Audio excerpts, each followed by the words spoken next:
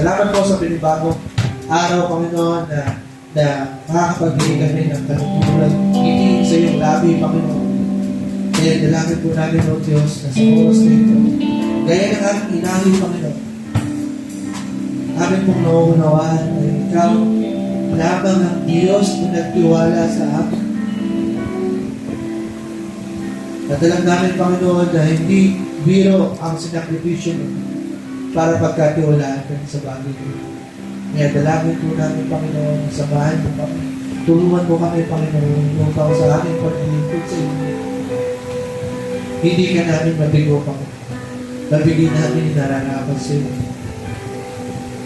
Dahil ayun yung deserve mo, Panginoon. Yung tapat na paglilingkod mula sa mga taong minahal, pinili ang lahat. Dalangin po namin sa umaga. Samahan niyo kami as we worship you. Ayusin niyo po ang aming puso, Panginoon. Ayusin niyo ang aming isipan. Itakan niyo po ang aming motibo, Panginoon. Upang sa bawat pagtaas ng aming kamay, pagbuka ng aming labi, Panginoon. At pagyuko at pagbaba ng aming puso.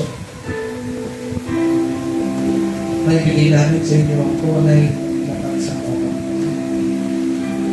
At magagawa lamang namin ito sa pamamagitan ng iyong banal na Espiritu na siyang magtuturo sa amin upang sumamba sa Espiritu at Kapatawaran.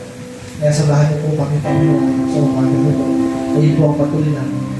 Bakit ba tila maparangalan dahil ikaw ang tunay na Diyos, kataas-asa, na hari ng mga hari. Salamat po, Diyos, sa pangalan ng Jesus. Amen.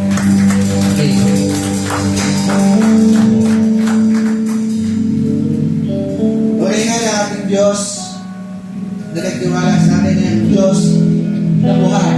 Tama ba? Naniniwala ba kayo ng Diyos ay tunay na Diyos?